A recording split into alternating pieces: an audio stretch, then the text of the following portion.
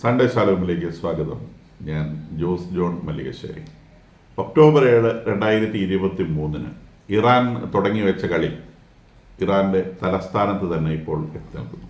October 7, 2023 ഇറാൻ്റെ കൈയായ Hamas ഖമനേയിയുടെ ഉപദേശപ്രകാരം ഇസ്രായേലിൻ്റെ അതിർത്തി ഭേദിച്ച് അകത്ത് കിടക്കുകയും 1251 സാധാരണക്കാരെ, കുട്ടികളും സ്ത്രീകളും വൃദ്ധരുമടക്കമുള്ള സാധാരണക്കാരെ റോഡിലിട്ട് വധിക്കുകയും 250-ലധികം ആളുകളെ പിടിച്ചുകൊണ്ടുപോവുകയും ചെയ്തു ബന്ദികളായിട്ട്. ആ പ്രശ്നം ഇന്ന് ഏകദേശം തീർന്നു വരും.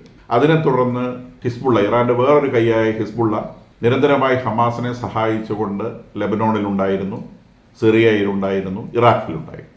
അതിനെ ഏകദേശം ലെബനോണിലിട്ട് ഇസ്രായേൽ തീർത്തു. പേജർ ബോംബ് കൊണ്ട് തന്നെ അതിന് 4000 പോരാളികളെ തകർത്ത് കളഞ്ഞു. അതോടെ നടുവൊടിഞ്ഞ ഹിസ്ബുള്ളയുടെ ബാക്കിയുള്ള ഭാഗം എയർ റെയ്ഡിലൂടെയും മറ്റാക്രമണങ്ങളിലൂടെയും ഇസ്രായേൽ തീർത്തു. ഇനിയും നുറുങ്ങ് ബാക്കിയുണ്ട്. ഭീകരപ്രവർത്തകരെ പരിപൂർണമായും ഉന്മൂലനം ചെയ്യുക എന്നത് അസാധ്യമായ സംഗതിയാണ്. മൂന്നാമത്തെ കൈയായ ഹൂതി ഉപയോഗിച്ചും വീണ്ടും ഇറാൻ ശ്രമങ്ങൾ തുടർന്നുകൊണ്ടിരുന്നു. ഹൂതി ചോരയൊലിച്ച് യമനിൽ കിടക്കുന്നുണ്ട്. ഇപ്പോഴും പൂർണ്ണമായും കത്തിയിട്ടില്ല. ഇനിയും കുറച്ച് ബാക്കിയാണ്. അങ്ങനെ ഏകദേശം ഇറാന്റെ കൈകളൊക്കെ വെട്ടിക്കളഞ്ഞു എന്ന് ഉറപ്പാക്കിയ ശേഷം ഇപ്പോൾ ഇസ്രായേൽ അതിൻ്റെ തലക്കിട്ട്, നാഗത്തിൻ്റെ, പാമ്പിൻ്റെ, തിന്മയുടെ തലക്കിട്ട് ആഞ്ഞടിക്കാൻ ശ്രമിക്കുകയാണ്. വെള്ളിയാഴ്ച രാവിലെ 3 മണിയോട് ചേർന്നാണ് ആദ്യത്തെ ആക്രമണം ഉണ്ടാവുന്നത്. ഏകദേശം 200 വിമാനങ്ങളാണ് 100 ടാർഗറ്റുകൾ ലക്ഷ്യമാക്കി ഇസ്രായേലിൽ നിന്ന് ഇറാനിലെത്തിയത്. ഇതൊരു യുദ്ധമാണ്. അതിൻ്റെ പെർഫെക്റ്റ് ഡീറ്റെയിൽസ് ഒന്നും നമുക്കറിയാൻ പാടില്ല. എങ്ങനെയാണ് ഈ 200 വിമാനങ്ങളെ ഓപ്പറേറ്റ് ചെയ്തത്, എവിടുന്നാണ് വിമാനങ്ങൾ റീഫ്യൂവൽ ചെയ്തത്, എവിടുന്നാണ് വിമാനങ്ങൾ പറന്ന് പൊങ്ങിയത്, ഇത്തരം ഡീറ്റെയിൽസ് ഒന്നും നമുക്കറിയാൻ പാടില്ല. അപ്പോൾ എന്തായാലും ശരി, 200 വിമാനങ്ങൾ പങ്കെടുത്തു എന്നാണ് ഇസ്രായേൽ പറയുന്നത്. അപ്പോൾ 200 വിമാനങ്ങൾ പങ്കെടുത്ത് 100 ടാർഗറ്റ്സിന് നേരെയാണ്. വളരെ പ്രിസൈസ് ആയിട്ടുള്ള ആക്രമണമായിരുന്നു എന്ന് ഇറാൻ തന്നെ സമ്മതിക്കുന്നു. കാരണം ഈ ആക്രമണങ്ങളിൽ അവരുടെ നാട്ടിലെ വളരെ പ്രധാനപ്പെട്ട വ്യക്തികൾ തന്നെ, ആളുകളെ തന്നെ ടാർഗറ്റ് ചെയ്യാൻ നമുക്ക് സാധിച്ചിട്ടുണ്ട്. ആളുകളെ ടാർഗറ്റ് ചെയ്യാന്ന് പറയുന്നത് വളരെ ഡിഫിക്കൽട്ടായിട്ടുള്ള സംഗതിയാണ്. ഒരു എയർപോർട്ട് ആക്രമിക്കുന്നത് പോലെയോ, ഒരു പോർട്ട് ആക്രമിക്കുന്നത് പോലെയോ, അല്ലെങ്കിൽ ഒരു ബിൽഡിംഗ് ആക്രമിക്കുന്നത് പോലെയോ അല്ല ആളുകളെ കൊല്ലുക എന്ന് പറഞ്ഞു. വിമാനത്തിൽ ഇരുന്നുകൊണ്ട് ആളുകളെ കൊല്ലുക. അപ്പോൾ അവർ താമസിച്ചിരുന്ന അപ്പാർട്ട്മെൻറ്റുകളിൽ അവരുടെ മിലിറ്ററി ചീഫിനെ വധിച്ചു. IRGC commander Hossein Salami, military chief Mohammad Bagheri, top nuclear സയന്റിസ്റ്റുകൾ 7 പേര് കൊല്ലപ്പെട്ടു എന്നാണ് ഇറാൻ സമ്മതിച്ചിട്ടുള്ളത്. ആകെ 78 പേര് മരിച്ചു എന്നും 350 പേർക്ക് ഇഞ്ചുറി ഉണ്ടായെന്നും ഇറാൻ പറയുന്നുണ്ട്. അത് മുഴുവൻ സിവിലിയൻസ് ആണെന്നാണ് അവർ പറയുന്നത്. നിശ്ചയമായും ഈ IRGC കമാൻഡർ ഹൊസൈൻ സലാമിയും മിലിറ്ററി ചീഫ് മുഹമ്മദ് ബാഗേരിയും ന്യൂക്ലിയർ സയന്റിസ്റ്റുകൾ ഏറ്റവും ടോപ്പ് ക്ലാസ് ആളുകളും താമസിക്കുന്ന പാർപ്പിട സമുച്ചയത്തിൽ നിശ്ചയമായും സാധാരണക്കാർ താമസിക്കാൻ സാധ്യതയില്ല. അവിടെ താമസിച്ചിരുന്ന ആളുകൾ മുഴുവൻ ഒന്നുകിൽ മിലിറ്ററിയുടെ ഏറ്റവും ടോപ്പ് ഒഫീഷ്യൽസ് ആയിട്ടുള്ള ആളുകളും ഇതുപോലെ ഈ ന്യൂക്ലിയർ സയന്റിസ്റ്റുകളുടെ കൂട്ടത്തിൽ ഏറ്റവും ടോപ്പ് ഒഫീഷ്യൽ ആളുകളായിരിക്കും. അപ്പോൾ ആ ബിൽഡിംഗ് ആക്രമിക്കും. ആ ബിൽഡിങ്ങിൻ്റെ ഒരു TV ഫുട്ടേജുകൾ കണ്ടതാണ്. ഏകദേശം ഒരു 10-20-25 നിലയുള്ള ബിൽഡിങ്ങിൻ്റെ ഒരു മോളിൽ നിന്ന് ഒരു 4-മത്തെ 5-മത്തെയോ നിലകൾ, 2 നിലകളാണ് പൂർണ്ണമായിട്ട് തകർക്കപ്പെട്ടതായിട്ട് കാണുന്നത്. അവിടേക്ക് അവർ മിസൈൽ അയച്ചിട്ടുണ്ടാവും. സ്വാഭാവികമായിട്ടും അവിടെ താമസിച്ചിരുന്ന ആളുകളൊക്കെ തന്നെ മരിച്ചിട്ടുണ്ടാവും. അവരെല്ലാവരും ഈ കാറ്റഗറിപ്പെടുന്നവരായിരിക്കും. അപ്പം മിലിറ്ററി ടോപ്പ് ഒഫീഷ്യൽസ് കൊല്ലപ്പെട്ടതായി ഇറാൻ സമ്മതിക്കുന്നുണ്ട്. അതിൽ ഹൊസൈൻ സലാമി കൊല്ലപ്പെട്ടതായിട്ടും അവർ സമ്മതിച്ചിട്ടുണ്ട്. മുഹമ്മദ് ബഖേരിയുടെ കാര്യം ഇറാൻ സമ്മതിച്ചിട്ടില്ല. പക്ഷേ ന്യൂസുകൾ പുറത്തു വരുന്നത് മിലിറ്ററി ചീഫ് മുഹമ്മദ് ബഖേരിയും കൊല്ലപ്പെട്ടു എന്ന് തന്നെയാണ്. എത്ര പ്രിസൈസ് ആയിട്ടാണ് ആക്രമണങ്ങൾ നടത്തിയത് എന്ന് മനസ്സിലാക്കണം. പ്രധാനമായും ഈ ആക്രമണം കൊണ്ട് ഉദ്ദേശിച്ചത് അവരുടെ എയർ ഡിഫൻസ് സിസ്റ്റങ്ങൾ ബാക്കിയുള്ളത് തകർക്കുക എന്നത് തന്നെയാണ്. അങ്ങനെ ഇറാന്റെ ആകാശം തുറന്നിട്ട് ഫർദർ ആയിട്ടുള്ള ആക്രമണങ്ങൾക്ക് എളുപ്പം വരത്തക്ക രീതിയിൽ അവരുടെ റഡാറുകളെ ലക്ഷ്യം വെച്ചു, മിസൈൽ ലോഞ്ചേഴ്സുകളെ ലക്ഷ്യം വെച്ചു, മിസൈലുകളെ തന്നെ ലക്ഷ്യം വെച്ചു. അപ്പം ഈ മിസൈലുകളുടെ ബഞ്ചുകൾ സൂക്ഷിച്ചു വെച്ചിരുന്ന സ്ഥലങ്ങളെ ലക്ഷ്യം വെച്ചു. കൂടാതെ നഡാഷ് ന്യൂക്ലിയർ സെന്റർ ആക്രമിക്കപ്പെട്ടു. ഇപ്പം നഡാഷ് അതും അവർ സമ്മതിച്ചതാണ്, ഇറാൻ സമ്മതിച്ചതാണ്. നഡാഷ് ന്യൂക്ലിയർ സെന്ററാണ് അവർ ഏറ്റവും വലിയ ന്യൂക്ലിയർ സെന്റർ. 6 ന്യൂക്ലിയർ സെന്ററുകളാണ് ഇറാനുള്ളത്. ഈ 6 ന്യൂക്ലിയർ സെന്ററുകളിൽ എൻറിച്ച്മെന്റ് ഗ്രഡേഷൻ പ്രോസസ് ആയിട്ടാണ് ചെയ്യുന്നത്. 5% വരെയുള്ള സാധാരണ ന്യൂക്ലിയർ 2-3 സാധാരണ ന്യൂക്ലിയർ സെന്ററുകളാണ്. അവിടെ ഫർദർ എൻറിച്ച്മെന്റ് നടക്കുന്നില്ല. ഇപ്പോൾ എൻറിച്ച്മെന്റ് ഫെസിലിറ്റി ഉള്ള 3-4 ന്യൂക്ലിയർ സെന്ററുകളാണുള്ളത്. അതിൽ ഒരു സ്ഥലത്ത് എൻറിച്ച്മെന്റ് അപ് ടു 5% ആണ് ചെയ്യുന്നത്. വേറൊരു സ്ഥലത്ത് എൻറിച്ച്മെന്റ് അപ് ടു 60%. അപ്പോൾ 5% വരെ എൻറിച്ച് ചെയ്ത യുറേനിയത്തെ 60% വരെ എൻറിച്ച് ചെയ്യുന്ന യുറേനിയമാക്കാൻ വേറൊരു സെൻറ്ററിലേക്ക് കൊണ്ടുപോകുന്നു. 60% എൻറിച്ച്ഡ് യുറേനിയത്തിനെ 90% എൻറിച്ച്ഡ് യുറേനിയമാക്കാൻ നഡാഡ് സെൻറ്ററിലേക്ക് കൊണ്ടുപോകുന്നു. ഇപ്പോൾ ഈ നഡാഡ് സെൻറ്ററിലാണ് ഏറ്റവും ഫാസ്റ്റസ്റ്റ് സെൻട്രിഫ്യൂജുകളുള്ളത്. ഈ എൻറിച്ച്മെൻറ്റിൻ്റെ ഗ്രേഡ് വരുന്നത് സെൻട്രിഫ്യൂജുകളുടെ സ്പീഡ് അനുസരിച്ചാണ്. അപ്പം ഏറ്റവും ഫാസ്റ്റസ്റ്റ് ആയിട്ടുള്ള സെൻട്രിഫ്യൂജുകളുടെ നഡാഡ് സെൻറ്ററിലാണ്. എന്ന് പറഞ്ഞാൽ ബോംബ് ഗ്രേഡ് യുറേനിയം നിർമ്മിക്കുന്ന നഡാഡ് സെൻറ്ററിനെയാണ് അത് സൂക്ഷിച്ചിട്ടുള്ളത്. അവിടെ ഭൂമിക്കടിയിൽ തന്നെയാണ്. അവിടെയാണ് ആദ്യത്തെ ആക്രമണം ഉണ്ടായിട്ടുള്ളത്. അതിനുശേഷം ഇന്നലെ രാത്രിയും വീണ്ടും വെള്ളിയാഴ്ച രാത്രി ശനിയാഴ്ച രാവിലെയായിട്ട് വീണ്ടും ആക്രമണങ്ങൾ നടന്നിട്ടുണ്ട്. ആ ആക്രമണങ്ങളുടെ ഭാഗമായിട്ട് അവരുടെ ഇസ്ഫഹാൻ ന്യൂക്ലിയർ റിയാക്ടറും നഡാഷ് ന്യൂക്ലിയർ സെൻറ്ററും ഫോർദോ ന്യൂക്ലിയർ സെൻറ്ററും ഒക്കെ ആക്രമിക്കപ്പെട്ടതായിട്ട് വാർത്തകൾ പുറത്തു വരുന്നുണ്ട്. കൺഫേം ചെയ്യാത്ത വാർത്തകളാണ്. ന്യൂസ് ഏജൻസികൾ CNN, റോയിറ്റേഴ്സ് ഒക്കെ അടക്കമുള്ള അസോസിയേറ്റഡ് പ്രസ് അടക്കമുള്ള വാർത്താ ഏജൻസികൾ ഈ വാർത്തകൾ പുറത്തു വിടുന്നുണ്ട്. അപ്പോൾ ഇവരുടെ ഇസ്ഫഹാൻ, നട്ടാഷ്, ഫോർദോ എന്ന് പറയുന്ന ന്യൂക്ലിയർ സെൻറ്ററുകളും ഇന്നലെ രാത്രി ആക്രമിക്കപ്പെട്ടിട്ടുണ്ട്. അപ്പോൾ ഈ ന്യൂക്ലിയർ സെൻറ്ററുകളുടെ ഒക്കെ ഫെസിലിറ്റികൾ, സെൻട്രിഫ്യൂജുകളും ന്യൂക്ലിയർ ഫ്യൂലും ഒക്കെ സൂക്ഷിച്ചിട്ടുള്ളത് ഡീപ്പ് അണ്ടർ ദ മൗണ്ടൈൻ ആണ്. ഇപ്പം ഒരു 100, 200, 300 മീറ്റർ ഭൂമിക്കടിയിൽ വരത്തക്ക രീതിയിലാണ്. അത് കുന്ന്, അതിന് മേലോട്ട് ഇങ്ങനെ ഒരു കുന്നുണ്ടാവും. 100, 200, 300 മീറ്റർ ഹൈറ്റുള്ള ഒരു കുന്നുണ്ടാവും. അപ്പോൾ നിലത്ത് നിന്ന് കുഴിച്ച് നിലത്ത് നിന്ന് ഒരു എൻട്രി ഇതിനകത്തേക്ക് പോവുകയാണ്. സാധാരണ ഹൈറ്റിൽ നിന്നാണ് ഈ എൻട്രി പോകുന്നത്, റോഡ് പോകുന്നത്. ഈ ന്യൂക്ലിയർ സെൻറ്ററിൻ്റെ മുകളിലുള്ളത് ഒരു കുന്നാണ്. അപ്പോൾ ഈ 300 മീറ്റർ അടിയിൽ അല്ലെങ്കിൽ 100 മീറ്റർ അടിയിൽ എന്ന് പറയുമ്പോൾ കുഴി കുഴിച്ചിട്ട് താഴോട്ട് പോവുകയല്ല ചെയ്യുന്നത്. 100 മീറ്റർ ഉയരമുള്ള ഒരു കുന്നിൻ്റെ അടിയിൽ ആണ് ഈ സംഗതി ഉണ്ടാവുക. പക്ഷേ കുന്നിൻ്റെ അടിയിലേക്ക് പോകുന്നത് സാധാരണ ഹൈറ്റിൽ തന്നെയാണ്. അപ്പോൾ ഈ ആക്രമിക്കപ്പെട്ടിട്ടുള്ളതൊക്കെ എബവ് ഗ്രൗണ്ട് ഫെസിലിറ്റിയാണ്. എബവ് ഗ്രൗണ്ട് ഫെസിലിറ്റി എന്ന് പറഞ്ഞാൽ അങ്ങോട്ട് കടക്കുന്ന വാതിലുകളാണ് ആക്രമിക്കപ്പെട്ടിട്ടുള്ളത്. ഇതിനകത്തേക്ക് കടന്ന് ആക്രമണം നടന്നിട്ടുണ്ടോ എന്നുള്ളത് കൺഫേം ചെയ്യപ്പെട്ടിട്ടില്ല. കാരണം ഇത് ആകാശത്ത് മാത്രം ഒരു ഓപ്പറേഷൻ അല്ല, മൊസാദ് ഗ്രൗണ്ടിലുണ്ട്. അപ്പോൾ ഗ്രൗണ്ടിലുള്ള മൊസാദിൻ്റെ സഹകരണത്തോടു കൂടിയാണ് ഈ ആകാശത്തുള്ള ആക്രമണങ്ങൾ ഉണ്ടായിട്ടുള്ളത്. അപ്പോൾ ഇതിനകത്ത് ആക്രമണങ്ങൾ നടന്നിട്ടുണ്ടോ എന്നുള്ള കാര്യം ഉറപ്പില്ല. എന്തായാലും ഓവർ ദി ഗ്രൗണ്ട് ഫെസിലിറ്റി എന്ന് പറഞ്ഞാൽ പുറത്ത് കാണാവുന്ന ഇതിനകത്തേക്കുള്ള പ്രവേശന കവാടവും കാര്യങ്ങളൊക്കെ ആക്രമിക്കപ്പെട്ടിട്ടുണ്ട്. വലിയ തോതിൽ ആക്രമിക്കപ്പെട്ടിട്ടുണ്ട്. വലിയ നാശനഷ്ടങ്ങൾ ഉണ്ടായിട്ടുണ്ട്. അപ്പോൾ അതിൽ ഈ ന്യൂക്ലിയർ സെൻറ്ററിനെ ബാധിക്കുന്ന ഒന്നാമത്തെ വിഷയം എന്ന് പറയുന്നത് ഇതിനകത്ത് ഇലക്ട്രിസിറ്റി ഫെസിലിറ്റിയാണ്. അപ്പോൾ ഈ പറയുന്ന എല്ലാ ന്യൂക്ലിയർ സെൻറ്ററുകളിലെയും ഇലക്ട്രിസിറ്റി ഫെസിലിറ്റികൾക്ക് കാര്യമായ കേടുവരുത്താൻ ഈ ആക്രമണം കൊണ്ട് സാധിച്ചിട്ടുണ്ട് എന്നുള്ള പ്രാഥമിക വാർത്തകൾ ഇപ്പോൾ തന്നെ പുറത്തു വന്നു കഴിഞ്ഞു. ഇലക്ട്രിസിറ്റി ഫെസിലിറ്റികൾ നിന്ന് കഴിഞ്ഞാൽ ടെമ്പറേച്ചർ കൺട്രോൾ എന്ന് പറയുന്നത് ഇതിൻ്റെ ന്യൂക്ലിയർ ഫ്യൂവലിൻ്റെ പ്രൊഡക്ഷനിൽ മാത്രമല്ല അതിൻ്റെ മെയിൻ്റനൻസിലും വളരെ ഇമ്പോർട്ടൻ്റ് ആയിട്ടുള്ള സംഗതിയാണ്. അപ്പോൾ ടെമ്പറേച്ചർ കൺട്രോൾ ചെയ്തില്ലെങ്കിൽ ഒരുപക്ഷെ ഈ ന്യൂക്ലിയർ ഫെസിലിറ്റി തന്നെ ഒരു ബോംബായി മാറും. അപ്പോൾ അത് എക്സ്പ്ലോഡ് ചെയ്യും. അപ്പോൾ അതിൻ്റെ ടെമ്പറേച്ചർ ഫെസിലിറ്റിയെ കൺട്രോൾ ചെയ്യാൻ ആവശ്യമായ ഇലക്ട്രിക്കൽ ഫെസിലിറ്റികൾക്ക് കാര്യമായ കേട് സംഭവിച്ചിട്ടുണ്ടെന്നും ഏത് നിമിഷവും എന്തും സംഭവിക്കാമെന്നും ആറ്റോമിക് എനർജി ഏജൻസി തന്നെ പറയുന്നുണ്ട്. ഇപ്പോൾ റേഡിയേഷൻ ആ പ്രദേശത്ത് കാണാനില്ല എന്ന് ഇറാൻ പറഞ്ഞതിനെ ബേസ് ചെയ്ത് ആറ്റോമിക് എനർജി ഏജൻസിയും അങ്ങനെ തന്നെ പറയുന്നുണ്ട്. ആറ്റോമിക് എനർജി ഏജൻസി നേരിട്ട് പരിശോധിച്ചില്ല, കാരണം വാർ സെൻ്ററാണ്, അവിടെ പോയിട്ട് പരിശോധിക്കാൻ നിൽക്കുന്നത് സേഫല്ല. അപ്പോൾ ഇങ്ങനെയാണ് ഈ കാര്യം എപ്പോഴും. ഇന്ന് ഏറ്റവും ലേറ്റസ്റ്റ് ആയിട്ട് വരുന്ന ന്യൂസ് എന്ന് പറയുന്നത് ടെഹ്റാനിലുള്ള മെഹ്റാബാദ് ഇന്റർനാഷണൽ എയർപോർട്ടിൽ വൻ തീപിടുത്തം നടന്നതായിട്ട് കാണുന്നുണ്ട്. എന്ന് പറഞ്ഞാൽ എയർപോർട്ട് ആക്രമിച്ചു എന്നുള്ളതാണ്. അപ്പോൾ എയർപോർട്ട് ആക്രമിക്കുക എന്നുള്ളത് ഇസ്രായേലിൻ്റെ ഒരു പ്രാഥമിക ലക്ഷ്യമായിരുന്നില്ല. ഈ യുദ്ധത്തിന് ഇസ്രായേലിന് കൃത്യമായ ടാർഗറ്റുകളുണ്ട്. അവരെ സംബന്ധിച്ച് ഇവരുടെ ന്യൂക്ലിയർ ഫെസിലിറ്റികൾ തകർത്ത് കളയുക, ലോങ് റേഞ്ച് മിസൈലുകൾ, ലോങ് റേഞ്ച് ബാലിസ്റ്റിക് മിസൈലുകൾ ഉണ്ടാക്കാനുള്ള കേപ്പബിലിറ്റി ഇല്ലാതാക്കുക. ഈ രണ്ട് താല്പര്യങ്ങൾ മാത്രമാണ് ഇസ്രായേലിനുള്ളത്. അവിടെയുള്ള സാധാരണക്കാരെ കൊന്നുകളയുക എന്നുള്ളതോ അല്ലെങ്കിൽ അവരുടെ ഇൻഫ്രാസ്ട്രക്ചറുകൾ, എയർപോർട്ടുകളോ ഡാമുകളോ എന്തെങ്കിലും ഉണ്ട് അതൊക്കെ തകർത്തുക, ഇതൊന്നും ഇസ്രായേലിന്റെ ലക്ഷ്യമല്ല. അതുകൊണ്ട് നേരെ മറിച്ച് ഇറാനെ സംബന്ധിച്ച് അവരുടെ അറ്റാക്ക് എന്ന് പറയുന്നത് സിവിലിയൻ ഏരിയ വെച്ചിട്ടാണ്. അപ്പോൾ അവർ ഫസ്റ്റ് തിരിച്ച് അറ്റാക്ക് ചെയ്തത് ഡ്രോണുകൾ ഉപയോഗിച്ചു. കുറേ ഡ്രോണുകൾ ഇസ്രായേലിലേക്ക് പറത്തി വിട്ടു. ആ ഡ്രോണുകളൊന്നും ഇസ്രായേലിൻ്റെ ലാൻഡിൽ പ്രവേശിച്ചില്ല. 100-200 ഡ്രോണുകൾ പറത്തി വിട്ടു. അത് അവർക്ക് എയർ ഡിഫൻസ് സിസ്റ്റങ്ങളുണ്ട്. എയർ ഡിഫൻസ് സിസ്റ്റങ്ങൾ ഉപയോഗിച്ച് അവർ ഇന്റർസെപ്റ്റ് ചെയ്ത് തകർത്ത് കളഞ്ഞു. ഇന്നലെ രാത്രിയാണ് നമ്മൾ വലിയൊരു അറ്റാക്ക് പ്രതീക്ഷിച്ചത്. അപ്പം ഏകദേശം 100 മുതൽ 140 വരെ മിസൈലുകൾ ഇസ്രായേലിലേക്ക് ഇറാനിൽ നിന്ന് അയച്ചിട്ടുണ്ട്. അതിൽ ഏറ്റവും ചുരുങ്ങിയത് 2 മിസൈലുകളെങ്കിലും ഇസ്രായേലിൻ്റെ ഭൂമിയിൽ വീണിട്ടുണ്ട് എന്നാണ് അസോസിയേറ്റഡ് പ്രസ് റിപ്പോർട്ട് ചെയ്യുന്നത്. ഇസ്രായേലിൻ്റെ ജെറുസലേമിൻ്റെയും ടെൽ-അവീവിൻ്റെ ആകാശത്ത് വെടിക്കെട്ട് പോലെ കാണാനുണ്ടായിരുന്നു, വലിയ ശബ്ദങ്ങൾ കേൾക്കാനുണ്ടായിരുന്നു. എന്ന് പറഞ്ഞാൽ ഇസ്രായേലിൻ്റെ ആകാശത്തേക്ക് ഈ മിസൈലുകൾക്ക് പ്രവേശിക്കാൻ കഴിഞ്ഞിട്ടുണ്ട്. ആകാശത്ത് വെച്ചാണ് എയർ ഡിഫൻസ് സിസ്റ്റങ്ങൾ, താഡും അയൺ ഡോമും അടക്കമുള്ള എയർ ഡിഫൻസ് സിസ്റ്റങ്ങൾ ഇസ്രായേലിൻ്റെ ആകാശത്ത് വെച്ചാണ് ഈ മിസൈലുകളെ ഇന്റർസെപ്റ്റ് ചെയ്തിട്ടുള്ളത്. അതുകൊണ്ടാണ് ഇസ്രായേലിൻ്റെ ആകാശത്ത് എക്സ്പ്ലോഷൻസ് ഉണ്ടായിട്ടുള്ളത്. 41 പേർക്ക് പരിക്ക് പറ്റിയതായും 2 പേരുടെ പരിക്ക് ഗൗരവതരമുള്ളതായും ഇസ്രായേൽ തന്നെ റിപ്പോർട്ട് ചെയ്തിട്ടുണ്ട്. അതിൽ 7 പേരെ ഇച്നോവ് മെഡിക്കൽ സെന്ററിലേക്ക് മാറ്റിയിട്ടുണ്ട്. 7 പേർക്കാണ് ആശുപത്രിയിൽ പോകാൻ തക്ക രീതിയിലുള്ള ഇഞ്ചുറി ഉണ്ടായിട്ടുള്ളത്. എല്ലാം സിവിലിയൻസാണ്. ദറ്റ് മീൻസ് ഇറാനെ സംബന്ധിച്ച് അവർ ആൾക്കൂട്ടത്തിലേക്ക് ബോംബ് വലിച്ചെറിയുക എന്നല്ലാതെ കൃത്യമായൊരു ടാർഗറ്റ് വെച്ചുകൊണ്ട് ചെയ്യാൻ അവരെ കൊണ്ട് സാധിക്കുന്നില്ല. അവർ ടെല്ലവീവിലേക്കും ജെറുസലേമിലേക്കും ഇസ്രായേലിൻ്റെ പ്രധാനപ്പെട്ട ടൗണുകൾ ലക്ഷ്യമാക്കി ആൾക്കൂട്ടത്തിനിടയിലേക്ക് ബോംബുകൾ അയക്കുക എന്നുള്ളതാണ് അവർ ചെയ്യുന്ന പരിപാടി. ഇസ്രായേലിനെ സംബന്ധിച്ച് വെൽ ടാർഗറ്റഡ് ആയിട്ടുള്ള ആക്രമണങ്ങളാണ് ഇസ്രായേൽ ചെയ്യുന്നത്. രണ്ട് കാരണങ്ങളുണ്ട്. ഒന്ന്, വെൽ ട്രെയിൻഡ് ആർമിയാണ്, മറ്റേത് കുറേ കാലമായിട്ട് വീട്ടിലിരിക്കുന്ന ആർമിയാണ്. അതുകൊണ്ടാണ് ഇവർക്ക് അപകടം പറ്റിയത്. കാരണം വെള്ളിയാഴ്ച ആക്രമിക്കപ്പെടുമെന്ന് ഇവിടെ ഇരിക്കുന്ന നമ്മൾ പോലും പറഞ്ഞതാണ്. എൻ്റെ ഇതിന് മുമ്പത്തെ വീഡിയോ എടുത്തൊക്കെ നിങ്ങൾക്ക് കാണാം.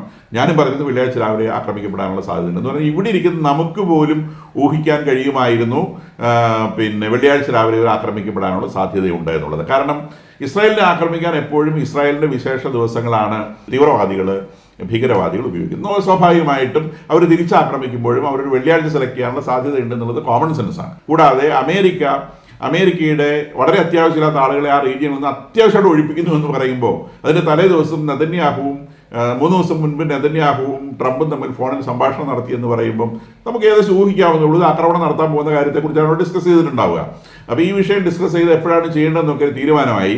അപ്പോൾ തീരുമാനമായി കഴിഞ്ഞപ്പോൾ ട്രംപ് പറഞ്ഞു എല്ലാവരോടും വേഗം മാറിക്കോ, ഇതാ വെടിക്കെട്ട് വരാൻ പോകുന്നു എന്ന് പറഞ്ഞു. അപ്പോൾ തന്നെ ഇത് പ്രതീക്ഷിക്കേണ്ടതാണ്. എന്നിട്ട് പോലും ഇവരുടെ ഈ ടോപ്പ് ക്ലാസ് മിലിറ്ററി പേഴ്സണൽസിനെയൊക്കെ അവർ സാധാരണ താമസിക്കുന്ന സ്ഥലത്ത് നിന്ന് മാറ്റി താമസിക്കാനുള്ള ഒരു കോമൺ സെൻസ് പോലും കാണിച്ചില്ല എന്നുള്ളതാണ്. അപ്പോൾ ഇപ്പം ഇവർ പറയുന്നത് അവരുടെ എയർ ഡിഫൻസ് സിസ്റ്റങ്ങൾ അവർ ആക്ടിവേറ്റ് ചെയ്തുകൊണ്ടിരിക്കുകയാണ്. എയർ ഡിഫൻസ് സിസ്റ്റങ്ങൾ ആക്ടിവേറ്റ് ചെയ്യാൻ പോകുന്നതേ ഉള്ളൂ. ഇവർക്ക് ചെയ്യാനുള്ള കാര്യം മുഴുവൻ ചെയ്തു കഴിഞ്ഞു. അപ്പോൾ ഇന്നലെ ഇവരുടെ മിലിറ്ററി പേഴ്സൺ പറഞ്ഞാൽ ഞങ്ങളുടെ എയർ ഡിഫൻസ് സിസ്റ്റങ്ങൾ ഞങ്ങൾ ആക്ടിവേറ്റ് ചെയ്യാൻ പോവാണ്. എയർ ഡിഫൻസ് സിസ്റ്റങ്ങളൊക്കെ എപ്പോഴും ആക്ടിവേറ്റ് ആവേണ്ട സാധനമല്ലേ. അപ്പോൾ ഏത് നിമിഷവും ഒരു യുദ്ധം ഉണ്ടാകാമെന്നും വാണിംഗ് കൊടുത്തിട്ടുമാണ് യുദ്ധം ചെയ്തിട്ടുള്ളത്. എന്നിട്ട് പോലും അതിനകത്ത് കടന്ന ആക്രമണം നടത്തി 200 എയർക്രാഫ്റ്റുകളിൽ ഒന്നിനെ പോലും ഇന്റർസെപ്റ്റ് ചെയ്യാൻ ഇറാന് സാധിച്ചില്ല എന്ന് പറയുമ്പോൾ അവരുടെ എയർ ഡിഫൻസ് സിസ്റ്റങ്ങൾ തീർത്തും ഫെയിലിയർ ആണ് എന്നുറപ്പാണ്. ഇനി അവർക്ക് എന്താണ് തിരിച്ചു ചെയ്യാൻ സാധിക്കുക എന്നുള്ളതിൻ്റെ ഒരു സൂചനയാണ് ഇപ്പോൾ കണ്ടത്. അവരുടെ ഇനിയും മിസൈൽസ് ബാക്കിയുണ്ടെന്നും അവർക്കത് അയക്കാൻ സാധിക്കുന്നുണ്ടെന്നും അവർക്ക് ഡ്രോൺസ് ഉണ്ട് എന്നും മനസ്സിലായി. ഒരു എയർക്രാഫ്റ്റ് ഉപയോഗിച്ചുള്ള ഒരു ആക്രമണം അവരെ സംബന്ധിച്ച് ഇമ്പോസിബിൾ ആണ്. ഇതിൽ അമേരിക്കയുടെ സ്റ്റാൻഡ് എന്ന് പറയുന്നത് അത് ആദ്യം തന്നെ വളരെ ക്ലിയർ ആണ്. അമേരിക്കൻ പ്രസിഡന്റിനോട് ഇന്നലെ പത്രക്കാർ ചോദിച്ചു ഇങ്ങനെ ഇസ്രായേൽ ആക്രമിച്ചു. അപ്പോൾ അദ്ദേഹം പറഞ്ഞു ഞങ്ങൾ മുൻകൂട്ടി പറഞ്ഞിട്ടാണ് ചെയ്തതെന്ന് മാത്രമല്ല ഈ ആക്രമണത്തിൽ എന്താണ് അത്ഭുതം ഇരിക്കുന്നത്, ഇസ്രായേലിന് ഇതല്ലാതെ വേറെ എന്തോ ഓപ്ഷനാണുള്ളത് എന്നാണ് അദ്ദേഹം ചോദിച്ചത്. കാരണം ഇവർ പറയുന്നത് ബോംബുണ്ടാക്കി ഇസ്രായേലിന്റെ തലയെ കൊണ്ടിടുമെന്ന് നേരത്തെ പ്രഖ്യാപിച്ചുകൊണ്ടാണ് ഇത് ചെയ്യുന്നത്. ജ്യൂസിനെ അനിലേറ്റ് ചെയ്യാൻ വേണ്ടിയാണ്, ഈ ഭൂമിയിൽ നിന്ന് ഇല്ലാതാക്കാൻ വേണ്ടിയാണ് ഞങ്ങൾ ആറ്റം ബോംബ് ഉണ്ടാക്കുന്നത് എന്ന് പ്രഖ്യാപിച്ചുകൊണ്ടാണ് ഖമനേയി ഈ ആറ്റം ബോംബ് ചുട്ടെടുക്കാൻ ശ്രമിക്കുന്നത്. സ്വാഭാവികമായിട്ടും ആറ്റം ബോംബ് ഉണ്ടായി കഴിഞ്ഞാൽ അത് പിറ്റേ ദിവസം കൊണ്ട് ഇസ്രായേലിന്റെ തലയിൽ ഒരു യുദ്ധമോ കാരണമോ ഇല്ലാതെ ഇടും എന്നുള്ളത് ഉറപ്പാണ്. പിന്നെ ഇസ്രായേലിനുള്ള ഓപ്ഷൻ എന്താണ്? അപ്പം നെതന്യാഹു പറഞ്ഞത് ആക്രമിക്കുകയാണെങ്കിൽ ഇപ്പോഴാക്രമിക്കുക, ഇല്ലെങ്കിൽ നമുക്ക് ഒരിക്കലും ഇവരെ ആക്രമിക്കേണ്ടി വരികയില്ല. കാരണം ഇവർ നമ്മളെ കൊന്നിരിക്കും. നമ്മളെ കൊല്ലുന്നതിന് മുൻപ് തിരിച്ച് അവരെ ആക്രമിക്കുക എന്നുള്ള ഒറ്റ കാര്യം മാത്രമേ നമുക്ക് ചെയ്യാനാവൂ എന്നാണ് നെതന്യാഹു പ്രഖ്യാപിച്ചത്. അദ്ദേഹം അതിൻ്റെ വ്യാഴാഴ്ച വെയിലിംഗ് വാൾ എന്ന് പറഞ്ഞാൽ എല്ലാവർക്കും അറിയുന്ന കാര്യം. അവരുടെ ആ ദേവാലയത്തിൻ്റെ അന്ന് റോമാക്കാർ തകർത്ത് കളഞ്ഞ ശേഷം ബാക്കി അവശേഷിക്കുന്ന പുറം മതിൽ മാത്രം, അതിനെ വെയിലിംഗ് വാൾ എന്നാണ് വിളിക്കുന്നത്. ആ വെയിലിംഗ് വാളിൽ പോയി നെറ്റിമുട്ടിച്ച് കരഞ്ഞ് പ്രാർത്ഥിക്കുക എന്നുള്ളത് ജൂതന്മാരുടെ ഒരു വളരെ പ്രധാനപ്പെട്ട പ്രാർത്ഥനയാണ്. അങ്ങനെ വെയിലിംഗ് വാളിൽ പോയി അദ്ദേഹം നെറ്റ് ചേർത്ത് പ്രാർത്ഥിക്കുകയും യൂദായിലെ സിംഹം ഉണർന്നെഴുന്നേൽക്കുന്നുള്ള പ്രാർത്ഥന അവിടെ എഴുതി വെക്കുകയും ചെയ്തതിന് ശേഷമാണ് ഈ യുദ്ധത്തെക്കുറിച്ചുള്ള അദ്ദേഹം തീരുമാനമെടുത്തുള്ള വാർത്തകളൊക്കെ ഇപ്പം പുറത്തു വരുന്നുണ്ട്. അപ്പോൾ അവർ വലിയ ഭയത്തോടെ തന്നെയാണ്, അല്ലാണ്ട് അവർക്ക് ഭയങ്കര സന്തോഷം ഉണ്ടായിട്ട് ആക്രമിക്കുന്നതല്ല. അവർ തിരിച്ച് അടികൾ ഉണ്ടാകുമെന്നും അവർക്ക് പരിക്കേൽക്കുമെന്നും പ്രതീക്ഷിച്ചുകൊണ്ട് തന്നെയാണ് അദ്ദേഹം ഇവരെ ആക്രമിക്കുന്നത്. അത് അദ്ദേഹം രാജ്യത്തോട് പ്രഖ്യാപിച്ചിട്ടുണ്ട്.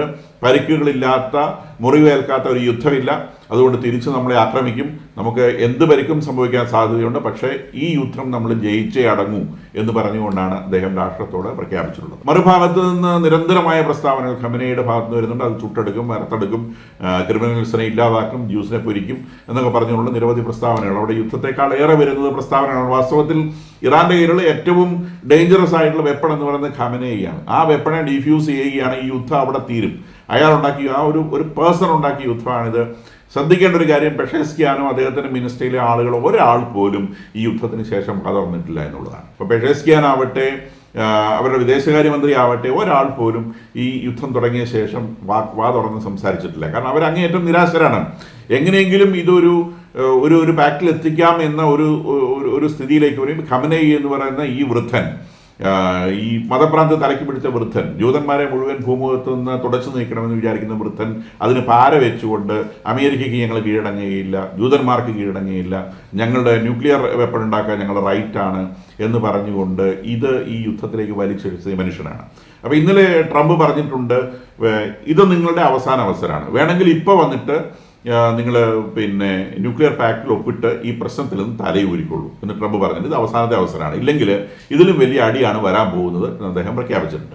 അപ്പോൾ ആദ്യം തന്നെ അവരുടെ വിദേശകാര്യ സെക്രട്ടറി മാർക്കോ റൂബിയോ പ്രഖ്യാപിച്ചു, ഇസ്രായേൽ ആക്രമിച്ച ദിവസം, അതായത് വെള്ളിയാഴ്ച കാലത്തെയുള്ള ആക്രമണത്തിൽ അമേരിക്ക പങ്കെടുത്തിട്ടില്ല. അമേരിക്ക പങ്കെടുക്കാതെ ഇസ്രായേൽ തന്നെയാണ് ആക്രമിച്ചത്. അതിൻ്റെ മീനിങ് ഇത്രേ ഉള്ളൂ, അമേരിക്കയല്ല ഇസ്രായേലാണ് ആക്രമിച്ചത്, അമേരിക്കൻ അസറ്റ്സ് ഇറാന്റെ ചുറ്റും കിടക്കുന്നത്, അതിലെവിടെയെങ്കിലും തൊട്ട് കഴിഞ്ഞാൽ വിവരം അറിയും എന്നാണ് ആ പറഞ്ഞതിൻ്റെ അർത്ഥം. അദ്ദേഹം അതിനപ്പുറത്തേക്ക് മാറ്റി ഞങ്ങളുടെ സെൻറ്ററുകൾ ആക്രമിക്കരുത് അങ്ങനത്തെ കാര്യമൊന്നും പറഞ്ഞിട്ടില്ല, ഞങ്ങളിതിൽ ഇൻവോൾവ് അല്ല, നിങ്ങൾ ഞങ്ങളുടെ തൊട്ടിട്ടുണ്ട് വിവരം അറിയും എന്നാണ് പറഞ്ഞിട്ടുള്ളത്. അപ്പം അതിനിടയിലൂടെ US വാർ പ്രിപ്പയർഡ്നെസ്സിൻ്റെ ഭാഗമായി USS തോമസ് ഹണ്ടർ എന്ന് പറയുന്ന വിമാനം വെസ്റ്റ് മെഡിറ്ററേനിയനിൽ നിന്ന് ഈസ്റ്റ് മെഡിറ്ററേനിയനിലേക്ക് നീങ്ങുന്നതായ വിവരം ലഭിക്കുന്നുണ്ട്. അവരുടെ USS കാൾവിഷൻ എന്ന് പറയുന്ന അറേബ്യൻ സീയിലുള്ള എയർക്രാഫ്റ്റ് കാരിയർ അറേബ്യൻ സീയിൽ നിന്ന് പേർഷ്യൻ ഗൾഫിൻ്റെ ഭാഗത്തേക്ക് മൂവ് ചെയ്യുന്നതായിട്ട് വിവരം ലഭിക്കുന്നുണ്ട്. USS നിഡിറ്റ്സ് എന്ന് പറയുന്ന ഇൻഡോ പസഫിക് റീജിയനിലുള്ള എയർക്രാഫ്റ്റ് കാരിയർ അറേബ്യൻ സീയിലേക്ക് മൂവ് ചെയ്യുന്നതായിട്ട് വിവരം ലഭിക്കുന്നുണ്ട്. USS ജോർജ് വാഷിങ്ടൺ ജപ്പാന്റെ തീരത്താണുള്ളത്, അതും അറേബ്യൻ സീയിലേക്ക് മൂവ് ചെയ്യുന്നതായിട്ട് വിവരം ലഭിക്കുന്നുണ്ട്. വിച്ച് മീൻസ് ദാറ്റ് ഈ വാറിൽ ഒരു എസ്കലേഷൻ, ഇറാൻ തിരിച്ചാക്രമിക്കുമെന്നും ഇസ്രായേലെ കൂടുതൽ ശക്തിയായി തിരിച്ചടിക്കുമെന്നുമുള്ള വാർത്തകൾ വരികയാണ്. കഴിഞ്ഞ രാത്രിയും ഇസ്രായേൽ വളരെ തീവ്രമായിട്ട് ഇറാനിലെ വിവിധ സെന്ററുകളിൽ ആക്രമിച്ചിട്ടുണ്ട് എന്ന് ഞാൻ പറഞ്ഞു. അപ്പോൾ അതിൽ ഏറ്റവും ലേറ്റസ്റ്റ് ആയിട്ടുള്ളത് ഒരു ഇന്റർനാഷണൽ എയർപോർട്ടാണ് കത്തുന്നതായിട്ട് പറഞ്ഞത്. വിച്ച് മീൻസ് ഇവർ സിവിലിയൻ ഏരിയകളെ ആക്രമിച്ചതുകൊണ്ടായിരിക്കണം ഇസ്രായേൽ അവരുടെ എയർപോർട്ടിനെ ലക്ഷ്യം വെച്ചത് എന്ന് വേണം വിചാരിക്കാൻ. അതർവൈസ് അവർ അത്തരം സെന്ററുകൾ, എയർപോർട്ടുകളോ അല്ലെങ്കിൽ സിവിലിയൻ ഉപയോഗിക്കുന്ന എന്തെങ്കിലും സാധനങ്ങളോ ടാർഗറ്റ് ചെയ്യാൻ യാതൊരു സാധ്യതയില്ല. കാരണം അവർക്ക് ആകെ ലക്ഷ്യം ഇത്രേ ഉള്ളൂ, ഇവരുടെ ന്യൂക്ലിയർ സെന്ററുകൾ ഇല്ലാതാക്കണം, അവരുടെ മിസൈൽ ലോഞ്ചിങ് ഫെസിലിറ്റിയും ലോങ് റേഞ്ച് മിസൈൽ മാനുഫാക്ചറും ഇല്ലാതാക്കണം. വേറെ അവർക്ക് ലക്ഷ്യങ്ങളില്ല. സിവിലിയൻ അവരുടെ ലക്ഷ്യങ്ങളേ അല്ല, അത് അവർ എപ്പോഴും പറഞ്ഞിട്ടുണ്ട്. പക്ഷേ ഇവരുടെ സിവിലിയൻ ഏരിയകളെ ടാർഗറ്റ് ചെയ്യുമ്പോൾ അതൊരു ടിപ്പിക്കൽ വാറിലേക്ക് മാറും. അങ്ങനെ വരുമ്പോഴാണ് ഈ ഇന്റർനാഷണൽ എയർപോർട്ടുകൾ ആക്രമിക്കുന്നത് പോലത്തെ സംഗതികളിലേക്ക് എത്തിപ്പെടുന്നത് എന്ന് മനസ്സിലാക്കണം. ഈ ഇറാന്റെ പട്ടാളത്തെ സംബന്ധിച്ച് അവർ ഇറാഖുമായി ഒരു യുദ്ധം ചെയ്ത ശേഷം കിടന്നുറങ്ങിയായിരുന്നു, ഭക്ഷണം കഴിച്ച് കിടന്നുറങ്ങിയായിരുന്നു. അപ്പോൾ സ്വാഭാവികമായിട്ടും ഒരു 40 വർഷത്തോളം ആവുന്നു. അത് കഴിഞ്ഞ് അവർക്ക് യുദ്ധത്തിൽ ട്രെയിനിങ് ഇല്ല. അപ്പോൾ ആ ട്രെയിനിങ് ഇല്ലാത്തത് കൊണ്ട് തന്നെ ഒരു അൺട്രെയിൻഡ് ഫോഴ്സാണ്. നേരെ മറിച്ച് ഇസ്രായേൽ ആർമി 2 വർഷമായിട്ട് നിരന്തരമായിട്ട് യുദ്ധത്തിലാണ്. അതുകൊണ്ട് തന്നെ that is A well trained army. അപ്പോൾ അവരെ സംബന്ധിച്ച് ആ നമ്മൾ സാറിന് ജിമ്മിൽ പോയിട്ട് മസിലൊക്കെ റെഡിയാക്കി നിൽക്കുന്ന ഒരു മനുഷ്യനും നല്ലോണം തിന്ന് ബെഡിൽ കിടന്നുറങ്ങുന്ന ഒരു മനുഷ്യനും തമ്മിൽ തല്ലുകൂടാറങ്ങുന്നത് പോലത്തെ ഒരു അവസ്ഥയാണിത്. അപ്പോൾ ട്രെയിനിങ് ഉള്ള ഒരു ആർമിയോട് ട്രെയിനിങ് ഇല്ലാത്തൊരു ആർമിക്ക് പിടിച്ചു നിൽക്കാൻ ബുദ്ധിമുട്ടാണ്. അപ്പോൾ തീർത്തും ഡെഡായിട്ടുള്ള ആർമിയായിട്ട്. മാത്രമല്ല ഈ വിമാനങ്ങളില്ലാതെ ഇന്നത്തെ കാലത്ത് എന്ത് യുദ്ധം ചെയ്യാനാണ്? ആകെയുള്ളത് മിസൈലുകളും ഡ്രോണുകളുമാണ്. അത് വെച്ച് അവർക്ക് ചെയ്യാവുന്ന രീതിയിൽ അവർ ചെയ്തുകൊണ്ടിരിക്കുന്നു. അപ്പോൾ ഇതിനിടയിലൂടെ ഇവരുടെ ഒരു IRGC പേഴ്സൺ ഒരു പ്രഖ്യാപനം നടത്തിയിട്ടുണ്ട്. അമേരിക്കയുടെ സഹായത്തോടെയാണ് ഇസ്രായേൽ യുദ്ധം ചെയ്തത്, അതുകൊണ്ട് ഞങ്ങൾ അമേരിക്കയുടെ അസറ്റ്സിനെ ആക്രമിക്കും എന്ന് പറയുന്നുണ്ട്. അമേരിക്കയുടെ അസറ്റ്സിനെ ആക്രമിച്ച് തുടങ്ങിയ യുദ്ധത്തിന്റെ ഭാവമേ മാറും. അവരുടെ അസറ്റ്സ് തൊട്ട് കഴിഞ്ഞാൽ ഇറാനിൽ വൈഡ് സ്പ്രെഡ് ആയിട്ട് അമേരിക്ക കൊണ്ടടിക്കും. അമേരിക്കയുടെ രീതി ടാർഗറ്റഡ് വാർ എന്നുള്ളതല്ല. അവരെ സംബന്ധിച്ച് അവർ കൊണ്ട ബോംബ് വാരി വെതറിക്കളയും. ഇസ്രായേലിനെ സംബന്ധിച്ച് അവർ കൃത്യമായ ടാർഗറ്റ്സ് മാത്രമേ ആക്രമിക്കുള്ളൂ. അങ്ങനെ കൊണ്ടുപോയിട്ട് ബോംബ് വാരിയിടുന്ന പണി അവർ ചെയ്യില്ല. അമേരിക്കൻ ആർമി എവിടെയൊക്കെ യുദ്ധം ചെയ്തിട്ടുണ്ടോ അവർ ടോട്ടൽ ഡിവാസ്റ്റേഷനാണ് ചെയ്യുക. അവർ ചെറിയ കാര്യങ്ങൾക്കോ അല്ലെങ്കിൽ കൃത്യമായിട്ട് ഇന്ന സ്ഥലത്ത് ആക്രമിക്കണം അങ്ങനത്തെ പരിപാടിയൊന്നും അവർ ചെയ്യൂല. അവർ ചെയ്യാനുള്ളത് അവർ വാരിയിട്ട പ്രദേശം മുഴുവൻ തീർത്തളയും. അപ്പോൾ അങ്ങനത്തെ ഒരു വാറിലേക്ക് നീങ്ങാതിരിക്കട്ടെ എന്ന് നമുക്ക് പ്രതീക്ഷിക്കാം. അമേരിക്കൻ അസറ്റ്സിനെ ഇതുവരെ ആക്രമിക്കാതിരിക്കാനുള്ള ബുദ്ധി ഇറാൻ കാണിച്ചിട്ടുണ്ട്. മണ്ടത്തരം കാണിച്ചാൽ കൃത്യമായിട്ട് കിട്ടും. അമേരിക്ക ഇതിൽ ഇൻവോൾവ് ചെയ്യുന്നില്ല എന്ന് പറയാൻ പറ്റില്ല. കാരണം അമേരിക്കയോട് പറഞ്ഞ ശേഷമാണ് തുടങ്ങിയതെന്ന് പറയുന്നു. അമേരിക്കൻ മിലിറ്ററി പേഴ്സൺസ് തന്നെ സമ്മതിച്ചിട്ടുണ്ട് ഇസ്രായേലിനെ ലക്ഷ്യമാക്കി വന്നിട്ടുള്ള മിസൈലുകളെ ഇന്റർസെപ്റ്റ് ചെയ്യാൻ അമേരിക്ക സഹായിച്ചിട്ടുണ്ട് എന്നുള്ള കാര്യം പറഞ്ഞിട്ടുണ്ട്. കാരണം ഇറാനിൽ നിന്നൊരു മിസൈൽ അയച്ചു കഴിഞ്ഞാൽ അത് ഇറാഖിൻ്റെയും സിറിയയുടെയും ഒക്കെ സ്കൈയുടെ മേലെ കൂടെ പറന്നിട്ട് ഈ പറയുന്ന ഇസ്രായേലിലേക്ക് എത്തുള്ളൂ. ഇറാഖിൻ്റെയും സിറിയയുടെയും സ്കൈ കൺട്രോൾ ചെയ്യുന്നത് അമേരിക്കയാണ്. അതുകൊണ്ട് തന്നെ ഇസ്രായേലിനെ കാര്യമായിട്ടൊന്നും ചെയ്യാൻ ഇറാനെ കൊണ്ട് സാധിക്കുകയില്ല എന്നാണ് ഇപ്പോഴത്തെ ഒരു രീതി വെച്ച് നമ്മൾ മനസ്സിലാക്കേണ്ടത്. ഇപ്പോഴത്തെ ഒരു രീതി വെച്ച് അവർക്ക് ഒന്നും ചെയ്യാൻ സാധിക്കുകയില്ല. കാരണം അവർക്ക് നേവൽ പവർ ഇല്ല. നേവൽ പവർ ഉണ്ടെങ്കിൽ അവരെ സംബന്ധിച്ച് മെഡിറ്ററേനിയൻ സീയിൽ വന്നിട്ട് ഇസ്രായേലിനെ അവർക്ക് ആക്രമിക്കാൻ സാധിക്കും. നേവൽ പവർ ഇല്ലാത്തതുകൊണ്ട് ഇറാൻ ലാൻഡിൽ നിന്ന് മാത്രമേ അവർക്ക് ചെയ്യാൻ പറ്റൂ. ഇറാൻ ആ ഒരു ഒരു കുറവില്ലാതാക്കാനാണ് ഇസ്രായേലിന് ചുറ്റും അവർ വന്ന് വേലി കെട്ടിയത്. ഹിസ്ബുള്ളയെ ഉപയോഗിച്ച്, ഹമാസിനെ ഉപയോഗിച്ച് ഒക്കെ ഇവർ ഈ ഇസ്രായേലിന് ചുറ്റും കൊണ്ടുവന്ന് ഈ വേലി കെട്ടിക്കൊണ്ടിരുന്നത് ഇറാന്റെ മണ്ണിൽ നിന്നല്ലാതെ ഇവരെ ആക്രമിക്കാനുള്ള സൗകര്യം കിട്ടാൻ വേണ്ടിയാണ്. ആ സൗകര്യങ്ങൾ മുഴുവൻ തകർത്ത് കളഞ്ഞ ശേഷമാണ് ഇസ്രായേൽ ഇറാനെ ആക്രമിക്കുന്നത്.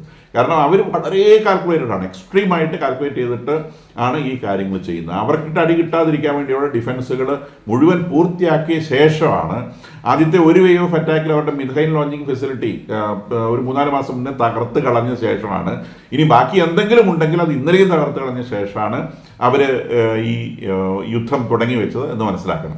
അപ്പോൾ അവരെപ്പോഴും ആക്രമിക്കുമ്പം ഈ ഇറാന്റെ ഡിഫൻസുകളെയാണ് എപ്പോഴും ആദ്യം ആക്രമിക്കുന്നത്. ഡിഫൻസുകളെ ആക്രമിച്ച ശേഷം മാത്രമാണ് ഇവരുടെ ഒഫൻസ് അങ്ങോട്ട് ചെയ്യുന്നത്. ആദ്യം ഇറാന്റെ ഡിഫൻസ് ഇല്ലാതാക്കുക, അതിനുശേഷം ഒഫൻഡ് ചെയ്യുക എന്നുള്ളൊരു തന്ത്രമാണ്. നേരെ മറിച്ച് ഇറാനെ സംബന്ധിച്ച് അവർ ആകാശത്തേക്ക് കല്ല് വലിച്ചെറിയുന്നത് പോലെ കുറേ ഡ്രോണുകൾ അയക്കുന്നു, കുറേ മിസൈൽ അയക്കുന്നു, വീണെങ്കിൽ വീഴട്ടെ എന്നുള്ള മറ്റുള്ള ഒരു യുദ്ധമാണ്. അതിൽ വാസ്തവത്തിൽ ഖമനേയി എന്ന് പറയുന്ന സ്കൂളിൽ പോകാത്ത മനുഷ്യൻ്റെ വിവരക്കേടാണ് ഇതിനകത്ത് കാണുന്നത്. കാരണം അതുകൊണ്ടാണ് പെഷേസ്കിയാനെ പോലെ ആളുകൾ മിണ്ടാതിരിക്കുന്നത്. അവർ സ്കൂളിൽ പോയിട്ടുണ്ട്, വിദ്യാഭ്യാസമുണ്ട്, അവർക്കറിയാം ഈ കളി ഏത് രീതിയിലാണ് ബാലൻസ്ഡ് ആവുന്നതെന്ന് അവർക്കറിയാം. ഇത് അധികം നീളാതെ നിൽക്കാനാണ് കൂടുതൽ സാധ്യത. കാരണം ഈ ഖമനേയി എന്ന് പറയുന്ന ആളുടെ നാട്ടിൽ തന്നെ ധാരാളം ശത്രുക്കളുണ്ട് എന്നുള്ളതൊരു വസ്തുതയാണ്. ആരെങ്കിലും ഒരാൾ ആ ബോംബ് ഡിഫ്യൂസ് ചെയ്താൽ, ഖമനേയി എന്ന് പറയുന്ന ആ ബോംബിനെ ഡിഫ്യൂസ് ചെയ്താൽ അന്ന് യുദ്ധം തീരും.